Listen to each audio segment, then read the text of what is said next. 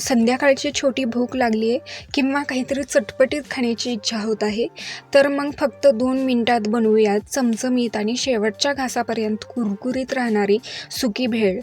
चला तर मग रेसिपीला सुरुवात करूयात. तर पहिले इथे मी कढईमध्ये 1 चमचा तेल घेतले आहे. तेल गरम झालं की यामध्ये जिरे घालूयात.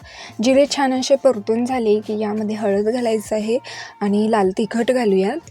तेल गरम असल्यामुळे लाल तिखट करपू शकतं, त्यामुळे लगेचच आपल्याला यामध्ये मुरमुरे घालायचे आहेत. तर इथे मी 5 ते 6 कप इथे हे मुरमुरे घेतलेले आहे आणि आता हे व्यवस्थित असं आपण मिक्स करून घेऊयात. तिखट आणि हळद ह्या मुरमुऱ्यांना छान असं कोटिंग झालं पाहिजे.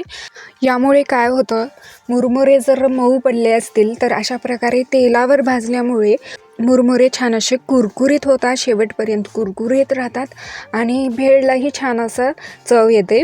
तर इथे हे मुरमुरे चांगले असे तेलावर परतून घेतलेले आहे. आता काय करायचं, हे पूर्णपणे थंड करून घ्यायचं. तोपर्यंत आपण यासाठी लागणारा मसाला बनवून घेऊयात. मिक्सर ग्राइंडरमध्ये अर्धा कप कोथिंबीर घेतली आहे, 2 हिरव्या मिरच्या.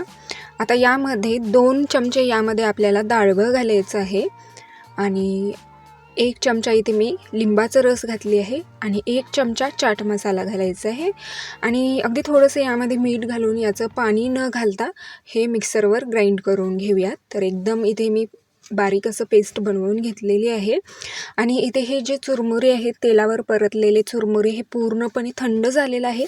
आता यामध्ये आपण बाकीचे साहित्य घालूयात. तर इथे जे मसाला बनवलेला होता, कोथिंबीरचा बारीक केलेला मसाला, ते यामध्ये घालूयात. यात आपण पाणी टाकलं नव्हतं, त्यामुळे हे मसाला हलका ओलसर आहे. हा मसाला मुरमुऱ्यांमध्ये टाकून हाताने किंवा चमच्याने असा हलक्या हाताने चोळून किंवा मिक्स करून घ्यायचा आहे, जेणेकरून प्रत्येक मुरमुऱ्याला कोथिंबीर, लिंबू आणि चाट मसाल्याचा फ्लेवर कोट होईल. मसाला लावून झाला की यामध्ये घालूयात बारीक चिरलेला कांदा, बारीक चिरलेला टोमॅटो, बारीक चिरलेली कोथिंबीर, बारीक चिरलेली कांद्याची पात, लिंबाचा रस घालूयात. 1 चमचा यामध्ये मी चाट मसाला घातलेली आहे.